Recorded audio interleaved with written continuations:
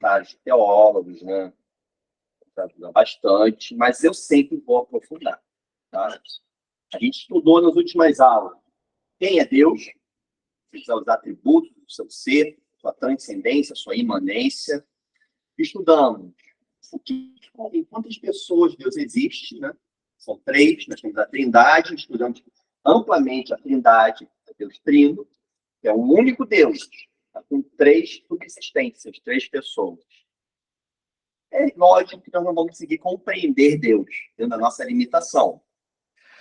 Mas podemos conhecê-lo, até onde ele se revelou para a gente. E agora, qual é a lógica do livro? Vamos agora estudar a obra de Deus. A obra dele. O que ele fez. E eu achei muito bom, o Tim Keller colocou aqui como e por que Deus nos criou. Ou seja, ele vai começar pela criação do homem. Normalmente na Bíblia a gente estuda a primeira criação de todas as coisas, mas ele, como o Keller resolveu colocar essa pergunta, para que nós venhamos a estudar a criação do homem. Por quê? Porque é a coroa da criação. E a partir da criação do homem, nós vamos ver todo o restante, criação, todas as coisas da lei, da palavra, né? E aí a gente vai estudando essa sessão. Isso aqui nós chamamos em teologia de teontologia, estudo de Deus. É a teologia propriamente dita, né? Então ele pergunta aqui no livro, olha por que Deus nos criou. Deus criou-nos, homem e mulher, a sua própria imagem, para conhecer, amar, viver com ele e glorificá-lo.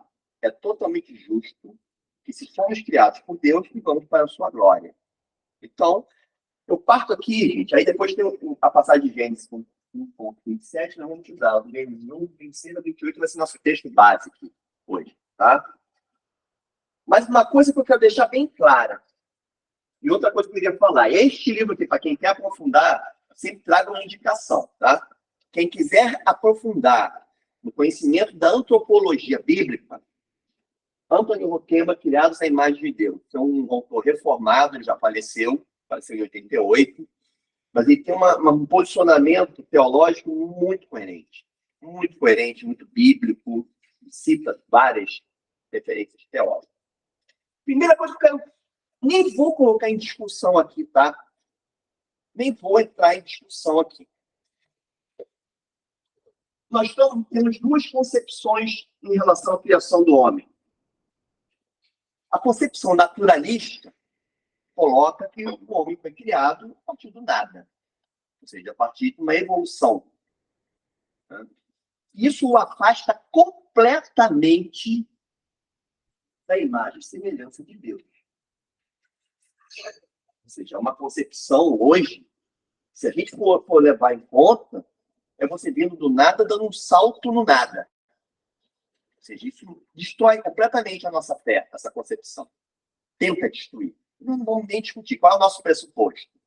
Primeiro de tudo, o homem foi criado, ele teve um criador. O homem teve um arquiteto. O homem teve uma origem, uma criação. Pega essa mesa. Ela poderia se criar ao acaso? Não. As coisas criadas têm que ter um arquiteto, um criador. E nós entendemos que para haver uma criação como homem, nós teríamos um arquiteto, é Deus. Esse é o nosso pressuposto, tá? A gente está partindo nessa discussão a partir disso. Entendeu? Bom, quero que alguém leia. Quem vai ler para mim? Lê aí, abre a Bíblia. Gênesis 1, do 26 ao 28. Vamos lá. Gênesis, em casa também. Gênesis 1, 26 a 28. Vou dar uma controlada para ver se a transmissão está boa, gente. Gênesis 1, 26 a 28. Então, falando aqui, Pedro, é o seguinte. A gente tem duas concepções da criação de Deus. A naturalista, a concepção da criação do homem. A naturalista, que o homem veio do nada e foi uma criação ao acaso. E a de Deus, que é o nosso pressuposto, nós vamos partir daí. Então, leia aí para mim, Gênesis 1, do 26 ao 28. E Deus disse, façamos o homem à sua imagem, conforme a nossa semelhança. Tenha ele domínio sobre os peixes do mar, sobre as aves do céu, sobre os animais domésticos, sobre toda a terra, e sobre todos os animais que rastejam sobre a terra. Assim Deus criou o ser humano à sua imagem. A imagem de Deus o criou. O homem e a mulher os criou e Deus os abençoou e lhes disse: sejam fecundos, multipliquem-se, encham a terra e sujeitem a, tenham domínio sobre o peixe do mar, sobre as aves do céu e sobre todos os animais que rastejam pela terra. Isso é santo demais, gente. Essa palavra de Deus é santa demais, é linda demais. Nós fomos criados ao quê? Sim, nós fomos criados como tudo foi criado no mundo. Mas nós temos uma coisa diferente. Nós fomos criados à imagem e semelhança de Deus. Isso é uma questão que coroa a nossa criação. Nós somos a coroa da criação de Deus. Nós somos o maior feito do seu amor da criação. É o homem. Primeira coisa que eu quero falar. Imagem e semelhança. No hebraico, as palavras que traduzem imagem e semelhança, não vou entrar aqui nesse detalhe, que é muito chato às vezes, são sinônimos. Tá? Não existe diferença em ser imagem ou semelhança nas palavras utilizadas no hebraico. Porque na escolástica, Tomás de Aquino, eles tentavam separar a razão da concepção do corpo numa questão aristotélica, né? Tentando separar imagem e semelhança, é a mesma. Vamos considerar imagem e semelhança a mesma. A imagem e a semelhança. Primeira coisa, nós não somos Deus. Nós não somos como Deus, mas nós temos a imagem. E aqui eu queria citar um grande teólogo que eu gosto, o Pedro também gosta, Herman Bavinck. Vou ler um trecho dele aqui. Tá? O mundo inteiro é uma revelação de Deus, um espelho das suas virtudes e perfeições. Cada criatura é, ao seu próprio modo, em sua própria medida, uma personificação do pensamento divino. Mas, dentre todas as criaturas, somente o homem é a imagem de Deus, a mais elevada e mais rica revelação de Deus, e, portanto, cabeça e coroa de toda a criação. Nós não contemos a imagem de Deus, segundo Herman Bavinck, o que está nas Escrituras. Nós somos imagem. Nós somos semelhança de Deus. Nós não contemos, nós somos a imagem. A nossa criação. Né? Então, Bavinck coloca de forma genial isso. Nós somos imagem. Quando você olha para o seu irmão, olha para a sua esposa, quando você olha para o ser humano, tem que entender. Ele é imagem e semelhança de Deus. Mas teve algum probleminha aí no meio do caminho, depois da queda, né? Nós fomos criados como imagem de Deus. E aqui, eu quero dar uma perspectiva para vocês em relação à concepção, à criação original do homem. Depois eu vou abrir para perguntas, tá, gente? Homem, segundo Anthony Joquema, que eu concordo plenamente, é uma pessoa criada. Essa concepção. Nós não somos uma coisa, um animal, simplesmente uma coisa criada. Somos uma pessoa. Né? Então, um homem criado é como barro na mão do oleiro. Nós fomos criados. Nós fazemos parte da revelação geral de Deus. Nós somos criatura. E como criaturas na mão do arquiteto, nós estamos sob a soberania. Então, ele tem os cabelos o número de cabelos da sua cabeça contados, ele sabe. Ele tem controle e soberania sobre todas as coisas, sobre toda a sua vida, sobre todo o seu ser, sobre a sua existência. Sobre tudo. Ele tem controle sobre isso. Deus tem controle sobre toda a sua criação. Então, como ser criado, a gente expressa a soberania divina. E isso, de alguma forma, expressa a imagem dele, de semelhança. Mas não como toda a criação. Há algo especial aí. Né? E nós somos também pessoa.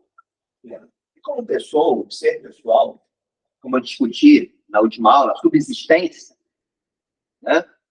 Como pessoa, nós temos vontade. Nós não somos robôs na mão de Deus, né? A gente tem vontade. Nós somos capazes de tomar decisões. Nós somos capazes de expressar os dons que Deus criou em nós. Então, Deus, na sua criação, deu inteligência para o homem. Deu a capacidade de amar. Ele deu um corpo. Nós somos corpo e espírito. Nós temos um corpo, nós temos a alma. Espírito e alma, na Bíblia, também tem o mesmo significado. Tá? Eu sou dicotomista. Acho que faz mais sentido para mim do que considerar que o homem é tripartite, né? Corpo, alma e espírito. Apesar de ter duas passagens na Bíblia que são um pouco controversas em relação a isso, um dia a gente vai chegar lá. Mas nós somos pessoa criada, então a gente tem vontade, nós temos nossas ações. E aqui vocês já veem a parte da briga dos arminianos e dos calvinistas, né? O arminiano, ele hipervaloriza que o homem tem vontade, tem livre-arbítrio, tem ação. O calvinista, como eu, como Pedro, né, reformado, não, mas Deus é soberano sobre tudo, inclusive sobre a vontade. Né? Então, acho que nenhum extremo, nem outro. Sabe? Tem que haver equilíbrio nisso aqui. Nós temos vontade e ações. Nós somos capazes de tomar decisões. Nós temos vontade, nós temos a capacidade de tomar, de tentar seguir o rumo da nossa vida, de tomar decisões, com quem você vai casar, onde você vai estudar, qual igreja você vai frequentar. Mas nós estamos sob a soberania de Deus. E na criação, lá no jardim do Éden, havia um equilíbrio muito grande na nossa constituição como homem.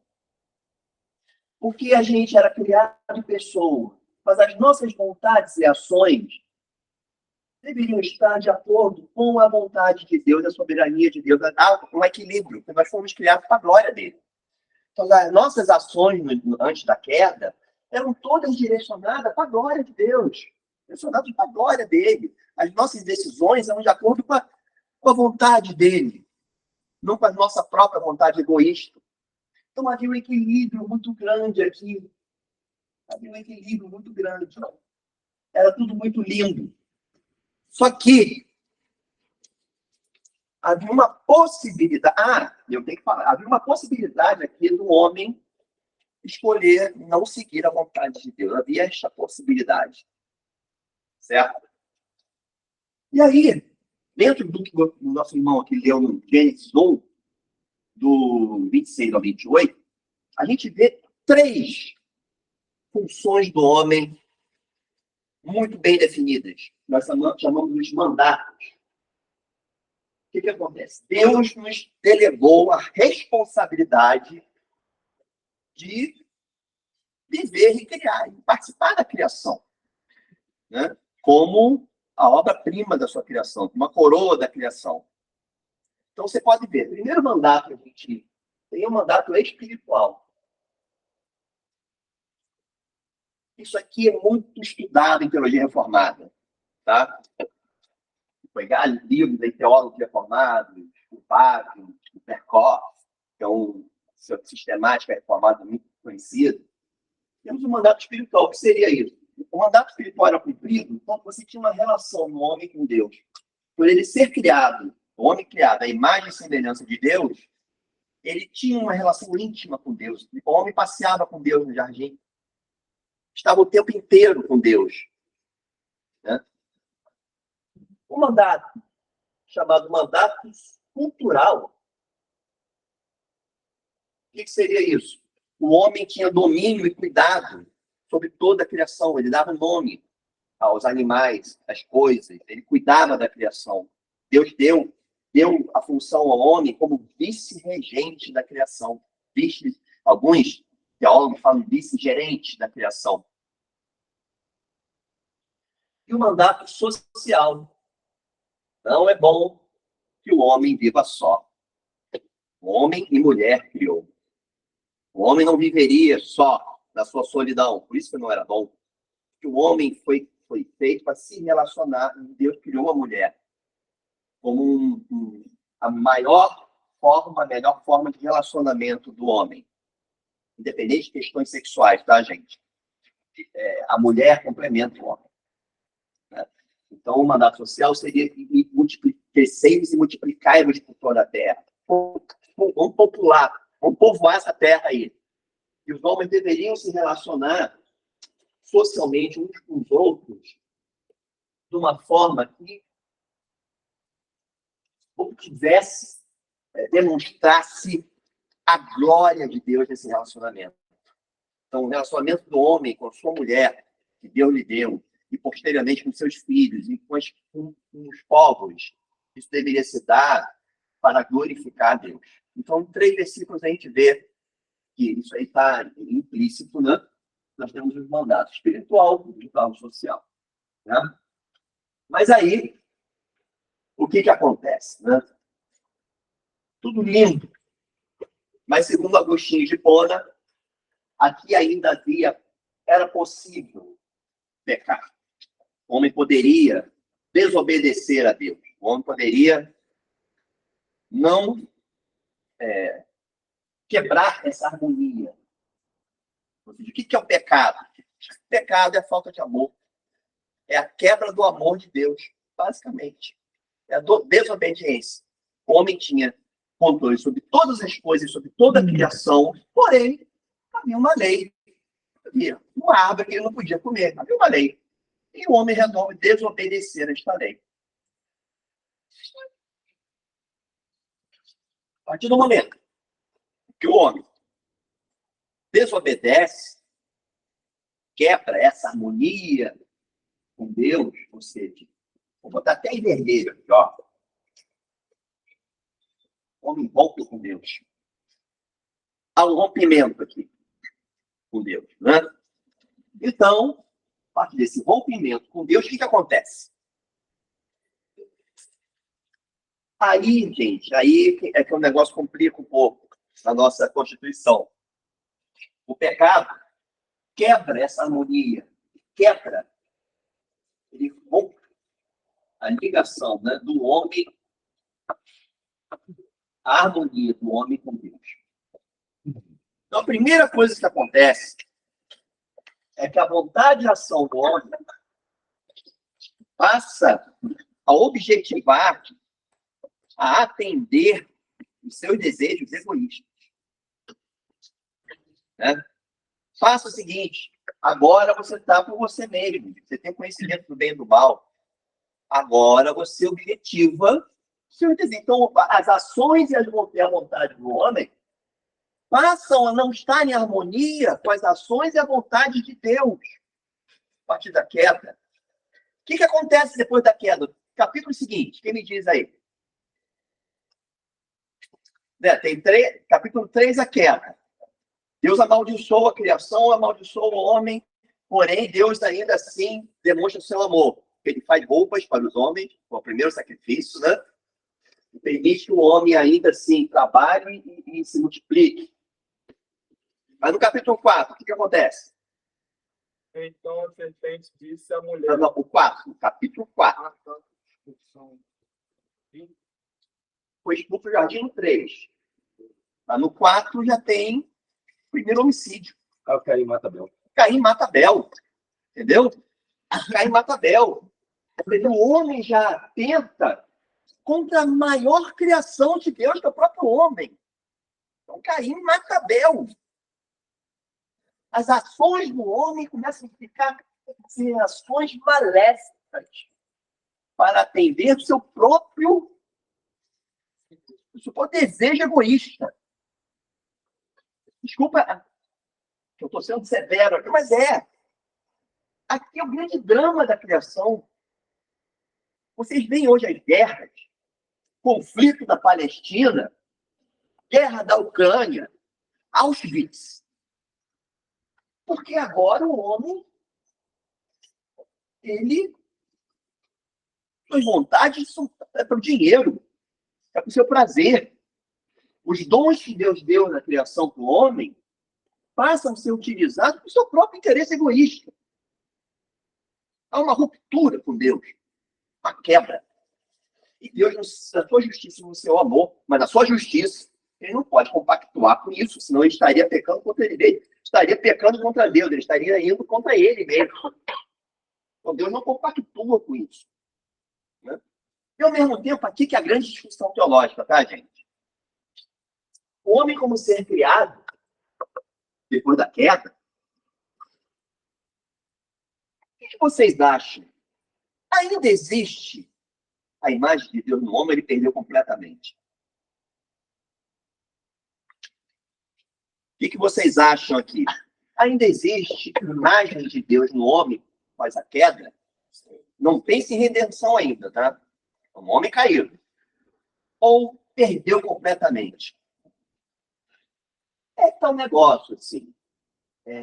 Existem teólogos, isso gerou uma grande discussão nos anos, nesses séculos todos, tá? Grande discussão. Alguns teólogos consideravam que o homem tinha perdido completamente a sua imagem de Deus. Outros consideravam que o homem mantém essa imagem de Deus, sim, porém embaçada. O homem mantém padrões da imagem de Deus, qualquer homem. Tá? O próprio Calvino, João Calvino, ele tem uma concepção muito interessante em relação a isso. Ele considera o seguinte, que a imagem de Deus no homem, após a queda, o termo é esse aqui, foi totalmente depravada. Depravada. A imagem de Deus no homem não foi perdida. Ela está depravada, distorcida. Isso a gente vê pelas escrituras, entendeu? Ela foi totalmente depravada, distorcida, mas ainda está ali. Ainda existem fagulhas. Por quê? A gente vê que existem fagulhas. Né? Você vê que o homem, mesmo o homem não regenerado, consegue fazer boas obras. Essas boas obras para ele mesmo, seus interesses. Mas faz, não é para a glória de Deus. Nós construímos monumentos, nós construímos cidades.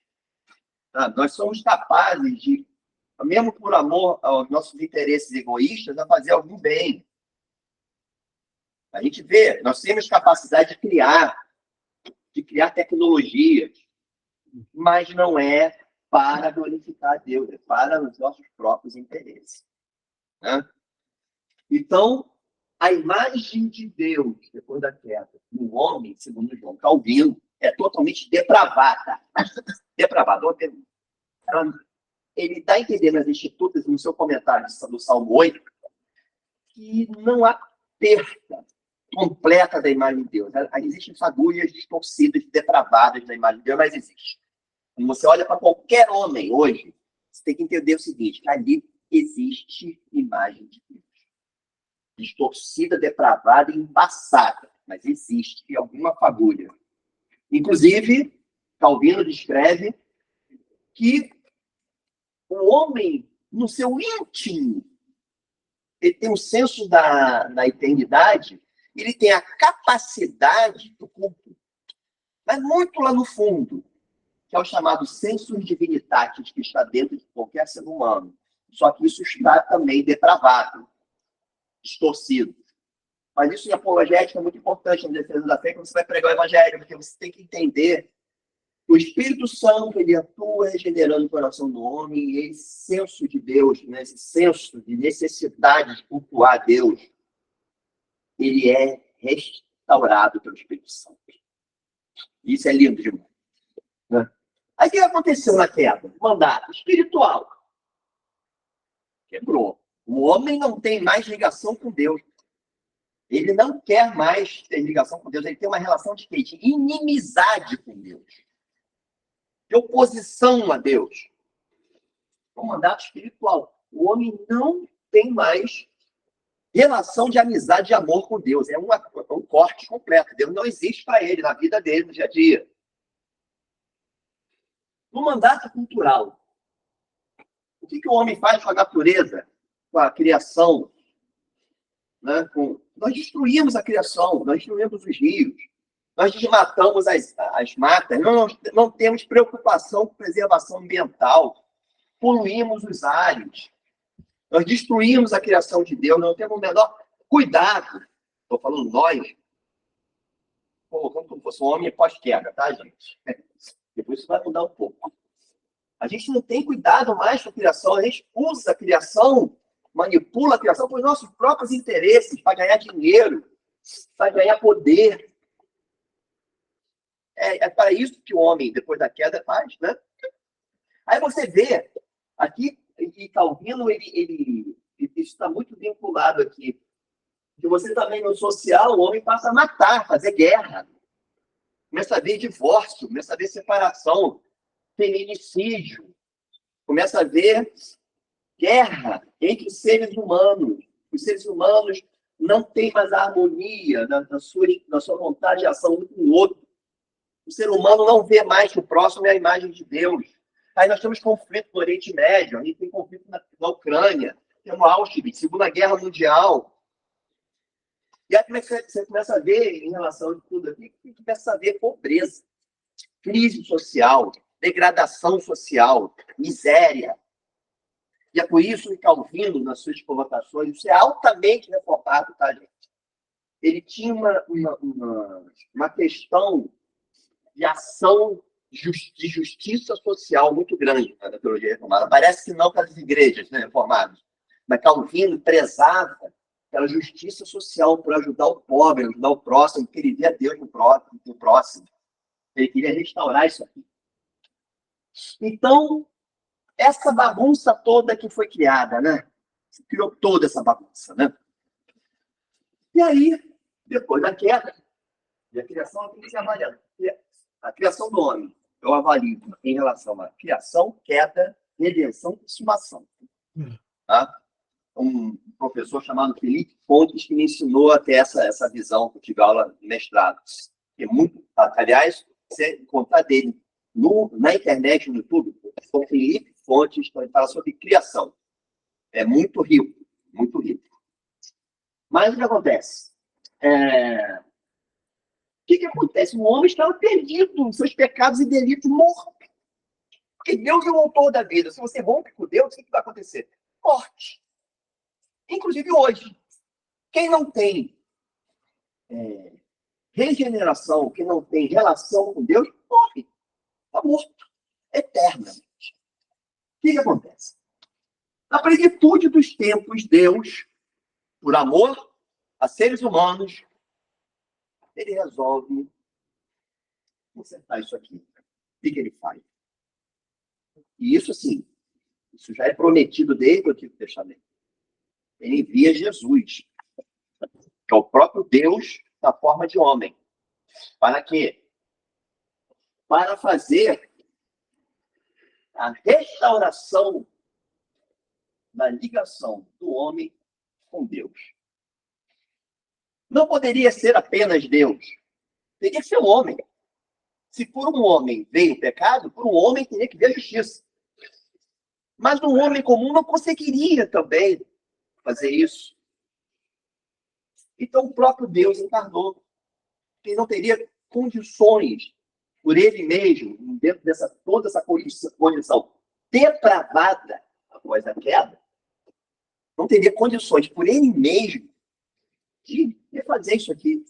Então o próprio Deus, a segunda pessoa, o seu filho, encarna, vem a esse mundo, vem a essa terra, vem a esse mundo de dor, dominado pelo pecado no mundo dominado pelo pecado. Ele vem restaurar todas as coisas.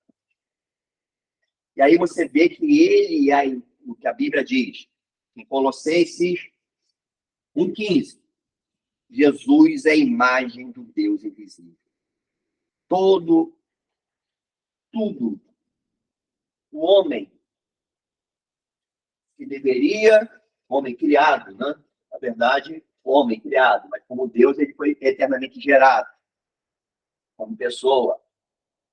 Ele cumpriu toda a lei, ele não pecou. Ele cumpriu isso aqui de forma perfeita, os mandatos, por nós. Então, ele é a imagem de Deus invisível. Ele tem perfeição. Ele é o nosso exemplo de homem perfeito após a queda. Vou pegar aqui, lê em 2 Coríntios 4:4. Natan, lê aí para mim. 2 Coríntios 4:4. Coríntios. 2 Coríntios 4:4. Estou com negócio de futebol, mas pensando no Botafogo, estou orando para o Botafogo, para o nosso pastor ficar feliz. 2 Coríntios 4:8. 2 Coríntios 4, versículo 4.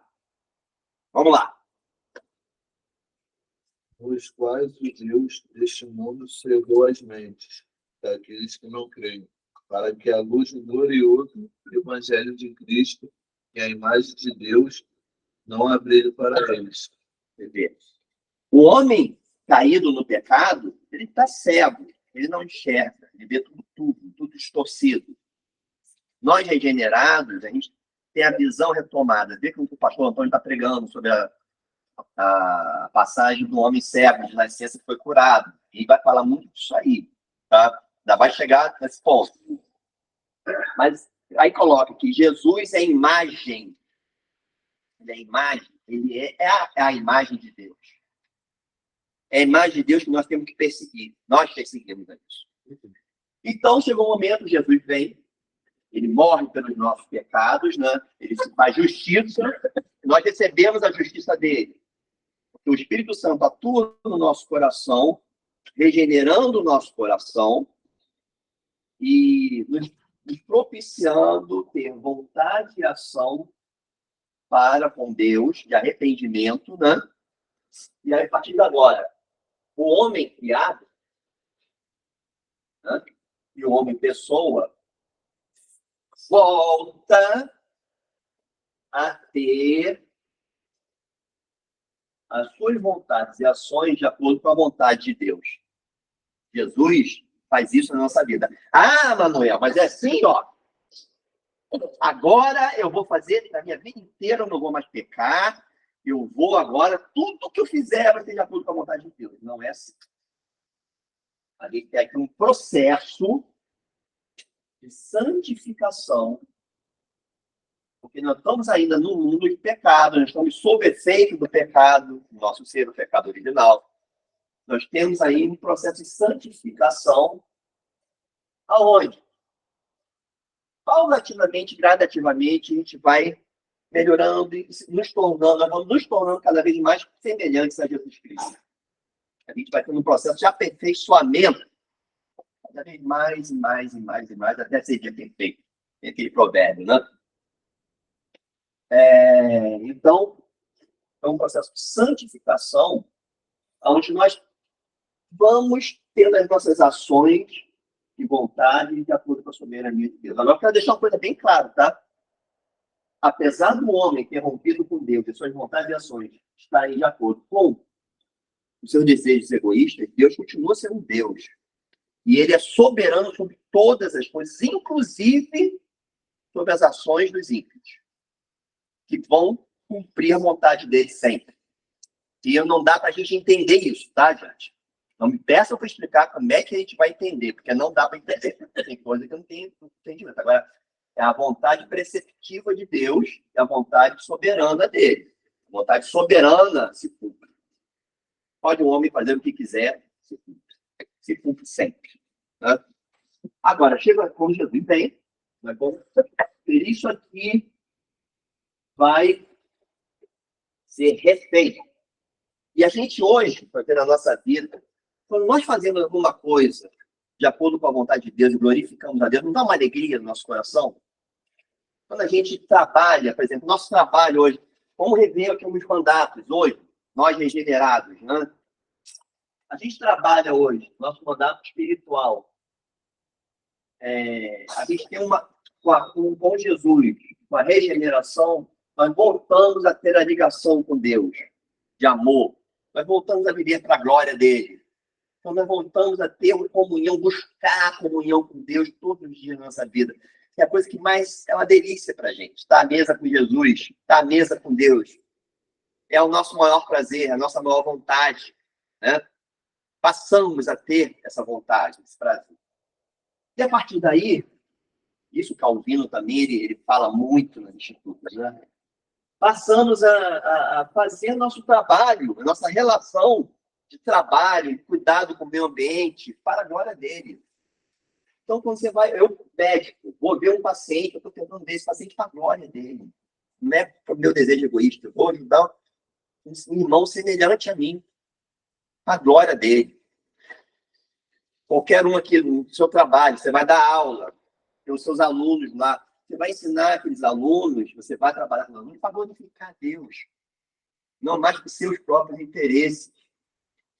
Eu vou ter uma relação com o meu irmão, eu vou olhar para ele, você vai olhar para o seu marido, para a sua esposa, você vai olhar para o seu irmão, para a sua noiva, vai olhar para o seu pai, para a sua mãe, você vai ver o seguinte, por mais que você tenha problemas com aquela pessoa, existe imagem, ele é a imagem de Deus, distorcida, mas é a imagem de Deus. Então, a partir daí, você começa a ter uma necessidade de justiça social, de ação social, de ajudar quem está sofrendo, quem precisa, quem ainda não tem Jesus.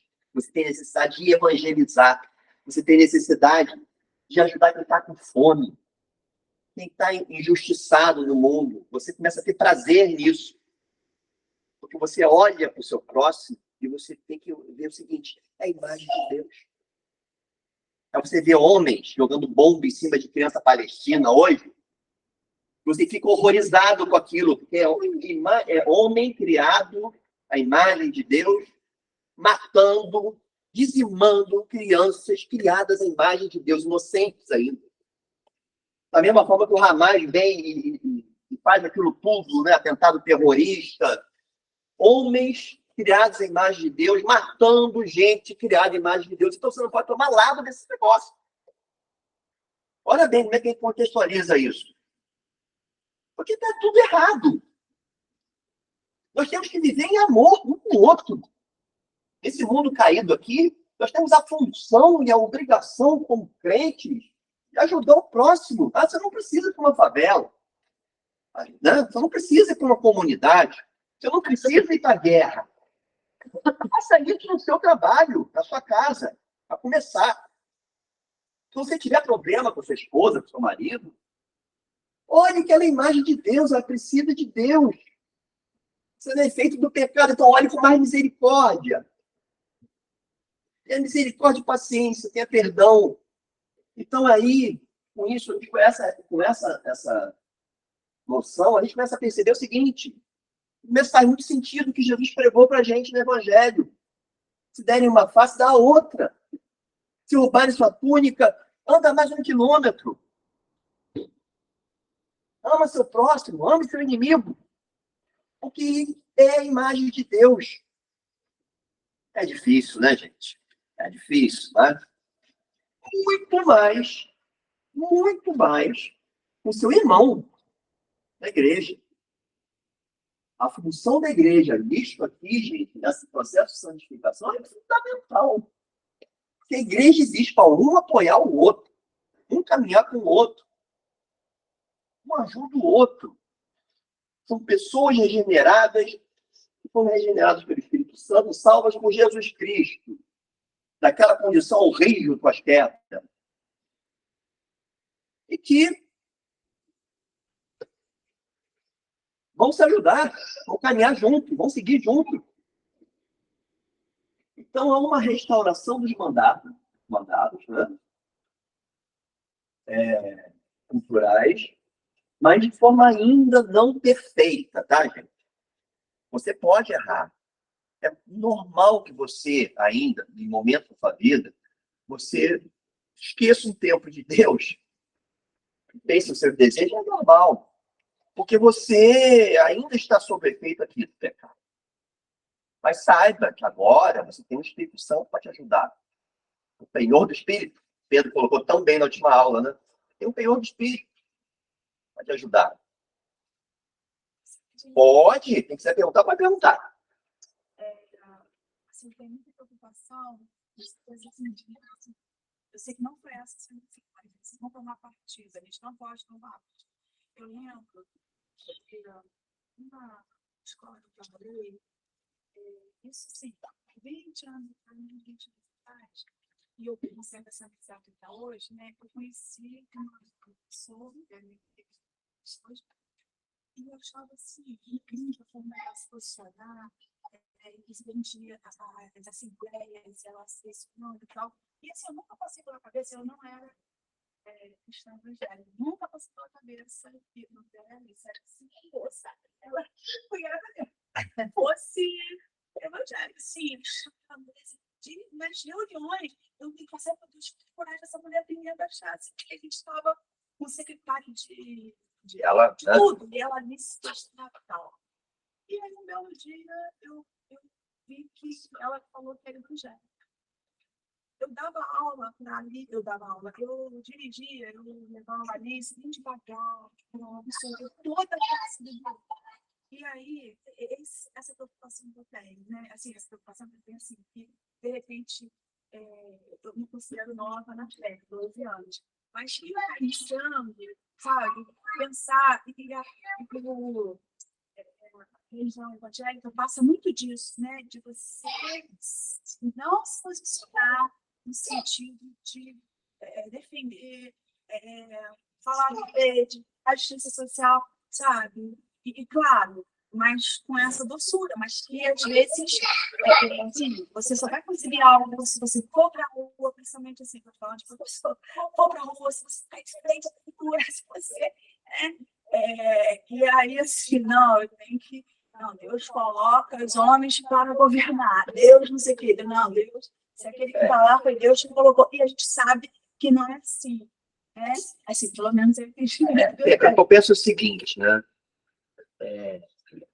Eu sou a favor de quem se posiciona. Nosso pastor, por exemplo, ele abriu o livro de paz, ele se posiciona pela justiça social, isso é muito legal, e eu participo com ele, inclusive. Mas existem dons, né? Pessoas que não têm esse dom de enfrentamento. E pode ser que essas pessoas venham a ser utilizadas por Deus em questões do seu trabalho, na sua casa. Então, é um processo, entendeu? Assim, eu, particularmente, adoro trabalhar com pobre, né? Eu tenho feito, me aquece muito o coração.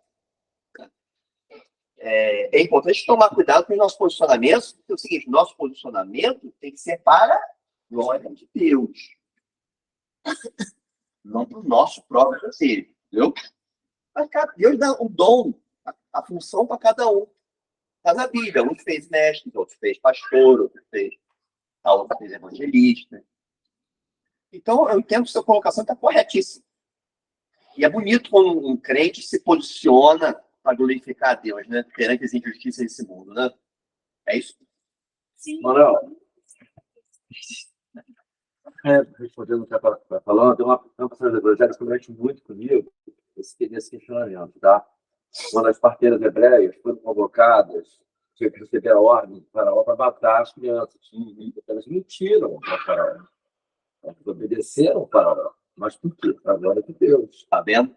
Então, as nossas atitudes têm que ser baseadas em Deus. Às vezes, eu vou falar que você é arrogante.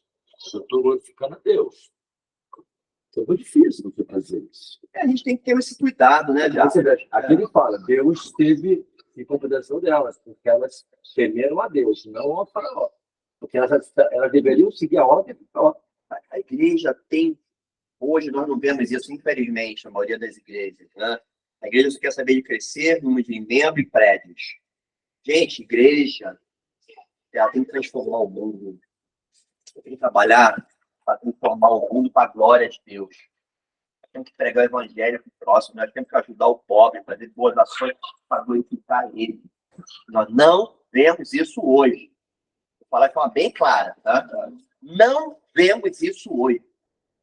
Só se pensa em ganhar dinheiro, construir prédio e ter número de membros aumentado. Virou clube, né? Virou clube. Manuel, eu ainda acrescentaria o seguinte: a gente imagina, né, que nós somos perdoados de tal forma que Deus não vai cobrar, né? A forma que ele viveu essa vida. Mas a Bíblia não fala sobre isso.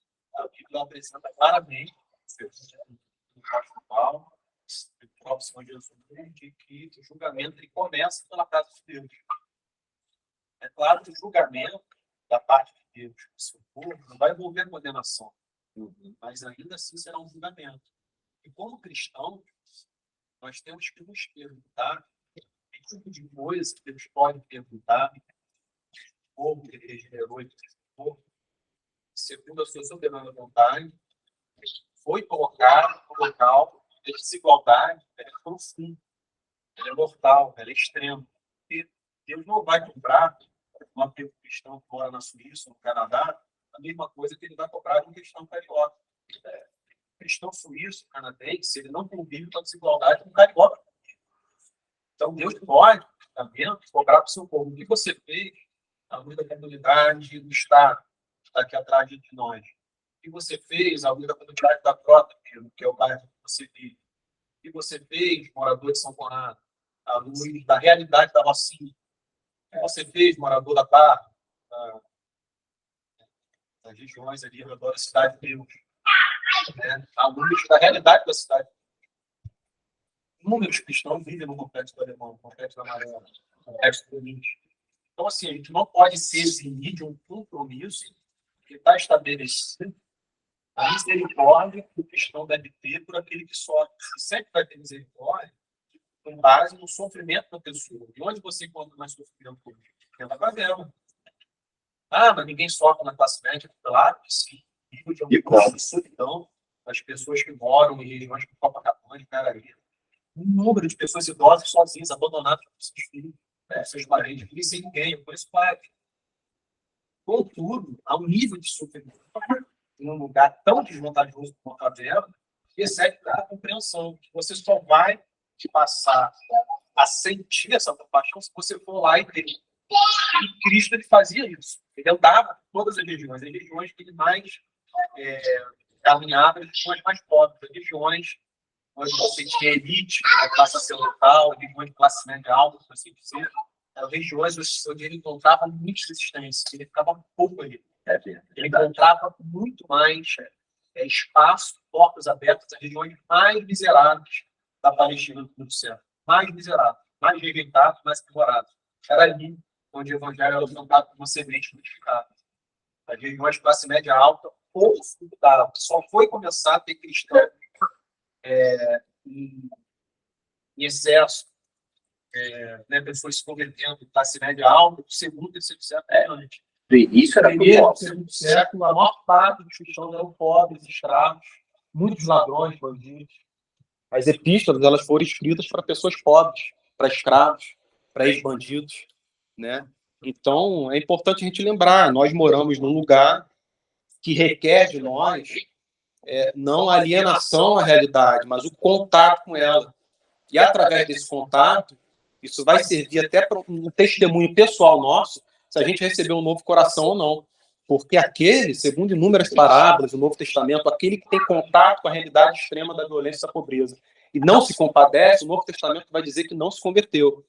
Então isso é importantíssimo. A parábola do samaritano não é nada mais, nada menos do que isso. Foi o samaritano, sabe, recebendo, tendo compaixão de um homem que a classe religiosa ignorou. Que o rico ignorou. Então isso é importante, gente. No contato com a realidade geográfica que Deus nos inseriu, que a gente vai obter evidências até que vão apaziguar a nossa consciência, o nosso coração. Servir a Deus em meio a lugares pobres na nossa cidade não é apenas um conforto de você estar servindo a Ele, mas serve também para apaziguar a sua consciência como sinais e evidências que Deus começou uma obra em você, porque antigamente você jamais faria isso. E hoje você tem amor por isso. Hoje você sente misericórdia por quem anos atrás você ignorava. Né? Então isso é importantíssimo. Né? Agora, com relação ao envolvimento com causa de justiça social, como, por exemplo, o nosso pastor e tal, eu acredito que Deus ele designa pessoas para serem incumbidas de tarefas impressionantes, como foi Daniel. Então, a gente sempre tem uma pessoa ou outra que vai se destacar. Contudo, embora a gente não seja obrigado a se envolver em uma manifestação, essa compaixão por pessoas pobres e vítimas a gente tem que ter. Isso, assim, é um preceito, é um desdobramento de uma relação verdadeira com Deus. A pessoa que conhece a Deus tem amor por aquilo que Deus ama. E aquilo que Deus mais ama é o ser humano. E ele tem uma compaixão especial pelo ser humano que sofre. Esse é o ponto. Ele ama a todos, mas ele tem uma benevolência especial pelo oprimido, pela viúva, pelo pobre. Isso está estampado no Antigo, no Novo Testamento. Deus olha, você tem que olhar para o ser humano como um olhar de misericórdia para a imagem. Um ser criado à imagem e semelhança de Deus que está sofrendo, né? Independente de quem seja, né? Diga, meu irmão. Uma coisa que, em todos esses anos, a gente sempre me chamou muita atenção. Hoje, eu estou com 42 anos, eu fui alcançada por Cristo de 15 a 16 anos. Uma coisa que sempre me chamou muito a atenção, principalmente quando entrou essa questão da polarização política no Brasil, é que, em geral, as igrejas, elas faziam sempre o seguinte: algumas igrejas, elas tinham essa questão meio que de um braço social, distribuindo cesta básica, um serviço aqui, um serviço ali, mas, conforme o próprio Calvino até ressaltava, não houve uma ação efetiva na formação educacional do povo, não houve uma ação efetiva na formação política do povo, porque nós temos uma tradição cristã muito forte de formação educacional e educação política. E eu me lembro que, mais ou menos em 2012, 2013, com esse questionamento na cabeça, eu escrevi uma música, né? Eu sou rapper desde os 19 anos. Eu escrevi uma música na qual eu questionava isso. Naquela época lá atrás, muito antes disso, eu já questionava o porquê que nós estamos preocupando tanto com o cenário que estava ao nosso redor, se nós não fizemos nada de dentro para fora. E mesmo que tivéssemos feito, não precisaria se preocupar, porque isso iria refletir uma melhora da sociedade. Aquela coisa que a gente conhece, né? Um avivamento genuíno, a gente sabe que existe quando há uma transformação ao seu redor. Sim. E aí, o que naquela época eu sempre via? Vento de doutrina que ia e voltava, falta de engajamento total para essas questões. E aí, quando surge essa polarização política, simplesmente o pessoal toma um lado, toma o outro, briga, e a situação continua a mesma dentro, ou começa a piorar, porque essa polarização abre brecha para um monte de outras doutrinas entrarem. Então, assim, é uma coisa que, infelizmente, assim, eu entendo que o que aconteceu, o que acontece, não só no Brasil, no mundo, na verdade, é uma falta de voltar para a nossa raiz. Porque se o termo é protestante, são os protestantes, é porque nós fomos contra lá atrás. Deus levantou homens lá atrás, justamente, contra uma situação na qual uma igreja ela tinha um papel praticamente de Estado. Ela oprimia religiosamente de forma estatal. Isso foi rompido. Temos grandes mestres que nos ensinaram isso baseado nas escrituras. Muitos deles, a gente nunca ouviu falar no Brasil. Eu estava até falando com o irmão na semana retrasada sobre o neocalvinismo holandês. Eu amo o neocalvinismo holandês porque também eles têm uma compreensão de relação do cristão com todas as esferas da sociedade. Isso me impactou muito, me impactou profundamente. Só que se a gente for fazer uma pesquisa aqui e perguntar quem conhece, praticamente não chegou aqui. Com certeza. Poucas pessoas têm acesso a isso. E não precisa ser uma linguagem rebuscada. Não, é o ensino básico mesmo das escrituras de cada igreja, mas isso acabou se perdendo por quê? Justamente porque o Brasil ele só se preocupou em ser um país cristão em números. E não se preocupou em ser um país cristão na prática. Quantitativamente, não qualitativamente. Né? E talvez, se houvesse essa preocupação, hoje nós seríamos um percentual menor. Mas, talvez, ao nosso entorno, a situação estivesse melhor, inclusive na questão política. Uma coisa que eu sempre questiono muito. Por que um trabalhador ganha um salário mínimo e um político no Brasil que é idolatrado, faz logo de algumas formas, ele ganha praticamente 10, 15 vezes mais. E aí você vai para países europeus, onde, né, pelo menos o que eu pude entender, que a formação de muitos desses países teve muita influência, inclusive, da questão dos mandatos culturais e sociais qualquer. Você chega lá e tem um político que trabalha de casa, porque ele não quer ser um peso. E detalhe que nesses países, o ponto de renda é muito mais alto do que o nosso no Brasil, porém, a classe política ela é muito mais enxuta, ela é menor, ela ganha menos, porém, todos os serviços básicos estão disponíveis para a população inteira. O político usa o serviço público. Então, é muito complicado. Basicamente, assim, é uma relação que é instaurada um homem de amor. Amor. O progressista, ele não podia odiar o conservador. Nem o conservador odiar o progressista. Tem que haver amor. Posso ter meu posicionamento político, mas amar aquele que não tem. A gente vê nas discussões aí no Instagram do Antônio, assim, posicionamento de gente evangélica que me dá arrepio. É de desamor, assim, não está nada de acordo com isso aqui, nossa regeneração. Né? É muito legal que gerou esse debate. Muito bom, muito bom. Né? E chegando no fim, gente, na consumação, esse estado nosso de santificação vai chegar ao dia perfeito, ou seja, não vai ser possível pecar. Então, nós vamos chegar ao homem que Deus planejou no Jardim do Éden, mas muito acima disso, porque nós não vamos ter a possibilidade, segundo as Escrituras, da queda, de pecar. Então, todos os mandatos espiritual, cultural, social vão ser mantidos. Nós vamos ter ainda mandato espiritual, mandato cultural, mandato social, mas de forma perfeita para a glória de Deus. Deus vai reger todas as coisas.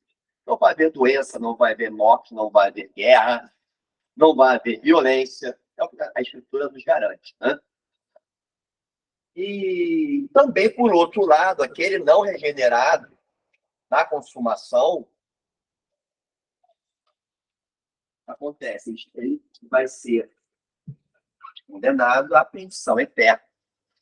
De todo esse mal, condição de morte do homem, pós-queda, será mantida, só que sob a justiça de Deus. Então, gente, aqui é uma hora, é uma aula que eu preparei para a concepção do homem, criação, queda, redenção, consumação. Leitura mais aprofundada, eu sugiro esse livro do Antônio Roquema, Criados à Imagem de Deus, que chegou depois. Ele tem uma concepção calvinista, reformada muito legal, tá, gente? Muito legal. E eu só explorei os 3 primeiros capítulos aqui. Depois ele fala da questão da autoimagem também, e você olhar para você mesmo como criação à imagem de Deus. Então, sabe o que é? Não é ser egoísta, mas é amar assim um pouquinho mais. Ter um pouquinho mais de paciência, de calma com você mesmo, como imagem de Deus. Como é que você vai amar ao próximo como a si mesmo se você não ama a si mesmo? Então, cuidado com as sabotagens, com as autodestruições que você faz com a sua vida. E certos pecados que nos destroem também. Sabe? A questão da autoimagem, depois ele faz uns 6 capítulos só falando sobre o pecado. Sobre a queda, sobre o pecado e as definições do pecado. Entendeu? É um livro muito legal, tá? Semana que vem nós vamos falar falando sobre a criação do homem, agora vamos falar sobre a criação de todas as coisas. Né? A criação em geral. Estou achando legal essa sequência. Vocês estão gostando, né? Essa sequência de ensino, né? Então, eu queria fazer uma coisa que você não citou aqui, mas vale a pena a gente ler. Em Gênesis 2, versículo 7, ele fala assim: então o Senhor Deus formou o homem do pó da terra, e soprou na narina o fôlego da vida. E o homem tornou-se evidente. Esse fôlego não foi retirado. Então, cada um de nós tem esse fôlego da vida em nós. Ele é o autor e da é isso vida, que a né? gente tem que ter essa consciência. Deus é o autor da vida. A vida vem dele. Ele não tirou por misericórdia. É verdade. Mesmo o homem caído, longe dele, né? Pelo amor que ele tem pelo mundo. Porque você vê que nenhuma criação ele soprou o fôlego. Mas no homem. Só no homem. É especial a criação do homem. É especial. Né? Não é como qualquer outro animal da nação. É especial. Nós temos uma pessoa à imagem de Deus que o resto da criação não tem. Se você olhar para o seu próximo, olha com mais carinho. Olhar para você mesmo, olha com mais carinho também. Você é a imagem de Deus. Você é amada. Ele é amado. O teu próximo, que hoje não é convertido, ele pode vir a ser daqui a um tempo. Né? Olha para o que Deus fez na sua vida também. Gente, já quase na hora do culto. Vamos orar para terminar. Emerson. Sargento Emerson. Eu vi o debate, né? A questão social, né? Tanto na Europa quanto aqui no contexto. Tem uma coisa que eu acho importante a gente lembrar o seguinte: quando é feita essa restauração pelo Espírito Santo, na nossa mente, a nossa visão de mundo passa a ser diferente. Então, começamos a olhar como Cristo olhou o mundo. O que acontece? A questão social é extremamente importante, isso aí. Ninguém tem, como é falado, a igreja brasileira, infelizmente, não dá testemunho disso. Contudo, o que é fazer isso para a glória de Deus? O cristianismo está muito mais preocupado com os meios utilizados do que com o fim. Por quê? Nós temos uma certeza que a palavra de Deus diz: sempre haverá pobre. Sempre. Desde o Antigo Testamento, até mesmo Jesus fala isso quando os apóstolos reclamam de Maria despejar 3 anos de salário em cima de Jesus Cristo. E reclama: poxa, como é que essa mulher está fazendo isso e podia se preocupar com os pobres? Aí ele fala: olha, os pobres sempre haverão e vocês poderão ajudar no momento oportuno. Mas ela fez isso porque ela está me ungindo para a minha morte. O que eu quero dizer com isso? Nós não podemos esquecer do princípio básico. Estamos fazendo isso para a glória de Deus, de acordo com a sua vontade. Vamos atrás daqueles que necessitam da nossa ajuda, mas principalmente reconciliar essas pessoas, os pobres, com Cristo Jesus, por meio de Cristo ao Pai. Nós não podemos esquecer isso. A Europa, vou dar um exemplo, ela foi totalmente influenciada pelo ideal cristão. Contudo, hoje em dia, é a região que precisa mais que seja levado ao evangelho, porque esqueceram disso. O bem-estar social fez com que esquecessem daquele que possibilitou tudo aquilo para eles. Então, não é questão de equilíbrio, é questão de como devemos olhar o mundo, olhar todas essas coisas. Era só isso. Só que... Ótimo. Muito bom. Isso aqui nos dá uma força grande para evangelizar, né? Você olhar o seu próximo, né? Que a imagem de Deus, ele está perdido. Sabe, o destino dele é eterno. Você não sabe se ele é um eleito ou não, falando da teologia reformada. A gente ainda vai chegar lá, tá? Esse tema. E você tem que pregar o evangelho para ele. Obrigação de falar de Jesus para ele, né? Mas vamos orar que vai começar o nosso culto, né? Senhor Deus, Pai, Filho e Espírito Santo, Senhor Deus, Deus amado, muito obrigado, Senhor, por esse momento que nós podemos aprender mais sobre Ti, mais sobre nós mesmos, como homens, criados à Sua imagem e semelhança, Senhor. Nos ajuda, Senhor, a criar nossa vida mais e mais, querendo cumprir os Seus mandatos, querendo ter uma relação melhor contigo, com nossos irmãos, com o nosso próximo, Senhor. Possamos amar o próximo, fazer a diferença na sociedade, Senhor. Abençoa o culto que vai vir agora, que seja uma bênção, que Tu fales em nossos corações, através do pastor Antônio. E, Senhor, abençoa a nossa semana hoje, Senhor, que seja uma semana em que possamos exercer os mandatos todos, espiritual, cultural e social, para a Sua glória. No nome de Jesus é que pedimos. Amém. Obrigado, irmãos. Vamos para nosso culto. Tem um cafezinho ali, ó.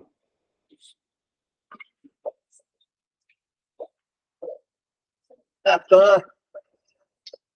E aí, Natan? Para RBD, trabalhando pra caramba, pô, acordei pra